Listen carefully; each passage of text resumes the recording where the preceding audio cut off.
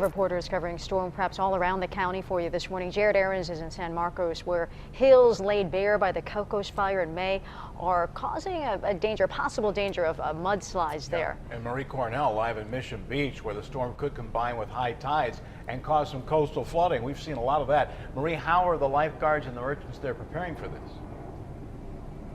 Well, Bill, I just talked to lifeguards. They say in about 30 minutes or so, they will be heading to their assigned position so they can keep a close eye on what's going on out here. Basically, they want to stay ahead of the game before the heavy downpour. Now, lifeguards tell 10 News they will have 7 additional units and trucks spread around San Diego County before the storm hits, making sure they are ready. Now, on top of that, they already have a plan in place with other agencies if rescues are needed. They tell us they want to keep people away from dangerous situations even before they happen, because when those conditions occur, it can also be pretty tough for them to get help out there.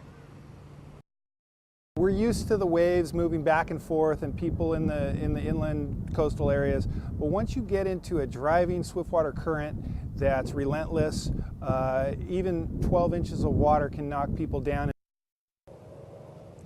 I'm told one of the areas they will focus on is the Tijuana River Valley, so they will be keeping an eye on things, as we will be as well. We are live from Mission Beach. Marie Cornell, 10 News. Thank you, Marie. Our team coverage continues with Jared Aarons live in San Marcos, where some people have more reason than others to worry about the potential for mudslides in their backyards. Jared?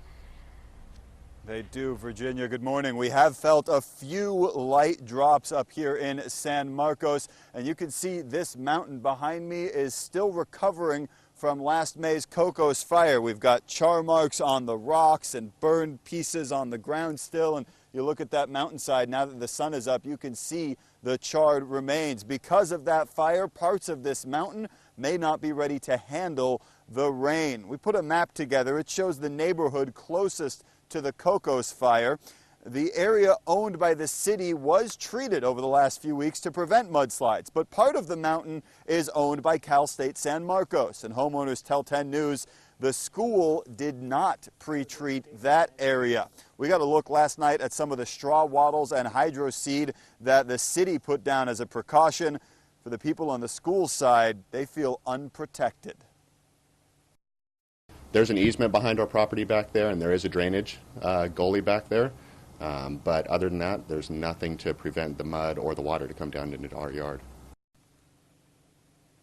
There is some good news. There are parts of this mountain you can see that are still green and plants that are still firmly rooted in the ground. One geologist told us all of these plants that are still alive will help to hold the soil together. Live in San Marcos, Jared Aarons, 10 News.